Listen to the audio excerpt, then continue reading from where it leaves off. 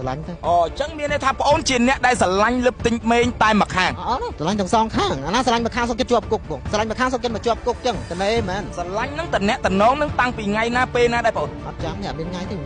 មនុស្សរាប់ឆ្នាំហើយខ្ញុំមិនសង្សារតែម្នាក់ណាឡាយសង្សារណាគេខ្លះអត់ទេអត់សុំអត់និយាយអត់ទេខ្ញុំបរោះចូលទៅមើលខ្លួនឯងទៅចង់និយាយតែឥឡូវសង្សារខ្ញុំពុកមើលឡាយដែរហើយតែខ្ញុំអត់ខ្ញុំអត់និយាយទេអ្នកណាគេខ្លះដែរដែលជាសង្សារបងសុកចិត្តខ្ញុំអត់និយាយទេបងឲ្យចូលមើលទៅឃើញខ្លួនឯងដាក់លើ cover ហ្នឹងឃើញគាត់ពុកមានបញ្ហាសតិអារម្មណ៍ឬក៏មិនបងទេអត់ទេ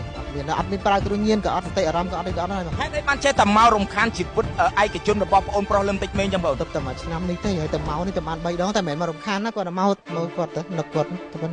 នឹកលឹមតិចមេងខ្លាំងមកថតផ្ទះបោះលឹមតិចមេងថតរូបលឹមតិចមេងឈរនៅមុខផ្ទះគេដើម្បីបង្ហោះលើ Facebook បរិហាគេចឹងទៅអត់ដែរនៅមុខផ្ទះឲ្យសួរទៅឆែកមើលម្ដងទេបងច្រឡំឲ្យគាត់ទៅលើហើយអត់មានឈប់មុខផ្ទះគាត់ទេមាននេះទេ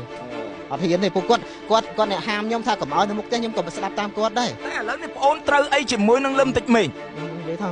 អូនិយាយតែមកគេមិនជឿខ្ញុំផងណានិយាយមកបញ្ជាក់ឲ្យច្បាស់មើលសង្សារសង្សារតែអ្នកតំណងមួយគ្នាប្រហែលឆ្នាំហើយយូរតែវាមិនបាននេះទេបងតែក្នុងចន្លោះប្រហែលមួយឆ្នាំពីរឆ្នាំហ្នឹងសង្សារក្នុងសុបិនឬក៏ជាសង្សារក្នុងក្តីសម័យអត់ទេអាណាសុកចិត្តជាប់គុកគ្រាន់តែសម័យហើយមកដល់ផ្ទះហ្នឹងស្គាល់ផ្ទះដោយសារអីគេបងវាមិនដែរអត់ស្គាល់អត់ស្រ